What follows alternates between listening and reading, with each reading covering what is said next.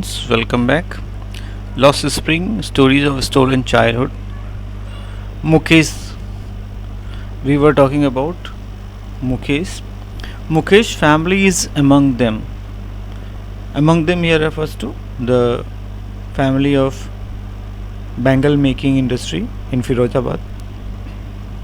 None of them know that it is illegal for children like him to work in the glass furnaces with high temperatures in dingy cells without air and light.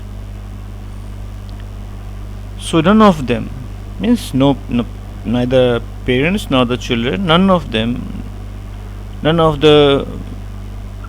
people living in Firozabad making bangles, they knew that it was illegal.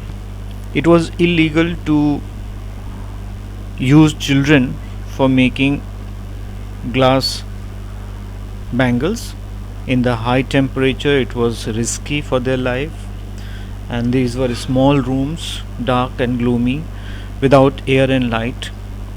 And if law is enforced, then definitely these 20,000 children will be out of the hot furnaces. Means around 20,000 children were working there, and because the law is not enforced properly, that's why they are working there. And it's a demerit of working there that they lose their brightness of their eyes. And Mukesh's eyes beam as he volunteers to take me home.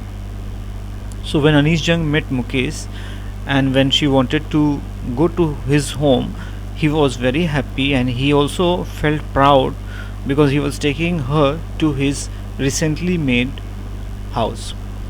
We walked down stinking lanes. The lanes were stinking, smelling foul, choked with garbage, and past homes that remain hovels with crumbling walls. So when they crossed the hovels, cottages, small huts, which were breaking into pieces, walls were wobbly, and doors were unsteady. No window crowded with families or humans and animals coexisting in a primal state. So you can imagine the situation there. The houses there are crumbling walls, means their walls are not proper. The doors are unsteady.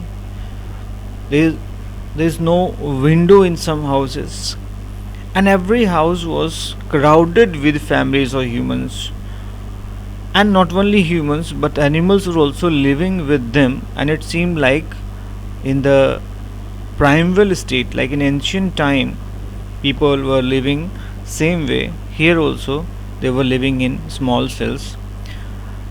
Mukesh stops at the door of one such house. He bangs a wobbly iron door with his foot and pushes it open. And then Anish Jung and Mukesh, they both enter a half-built shack.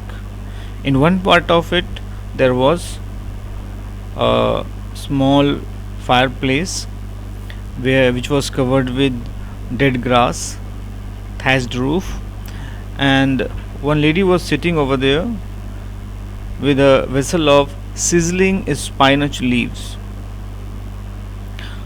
Means she was cooking food. On the ground in large aluminium platters are more chopped vegetables, and some vegetable was chopped and kept there for cooking. A frail young woman is cooking the evening meal for the whole family. The woman there who was cooking the food, she was very frail, weak. Through eyes filled with smoke, she smiles, and because it was not like nowadays uh, good quality stuffs, but it was filled with smoke, and her eyes were filled with tears, but she smiles. This smile here refers to her welcome to the visitors, and the visitors are Mukesh and Anish Jung, the narrator. Okay.